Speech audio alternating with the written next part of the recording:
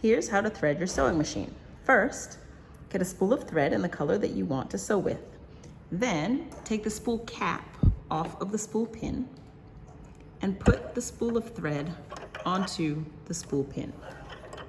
Then, replace the spool cap so that as you're sewing, it doesn't come off. Next, find the end of your thread and use the numbers and diagrams on the machine to follow the instructions to loop the thread everywhere that it should go. So there we have number 1. Now I'm following the thread down. Number 2 is here. Then you see number 3. We'll go up for number 4. Important step for number 4, the metal thread uptake lever needs to have the thread inside of it. So make sure it goes inside of this lever. There's a little hole at the front. If you can't see it on your machine, use your hand wheel to turn it towards yourself and lift this up to the top so that you can in fact see it. Then you see there's number 5.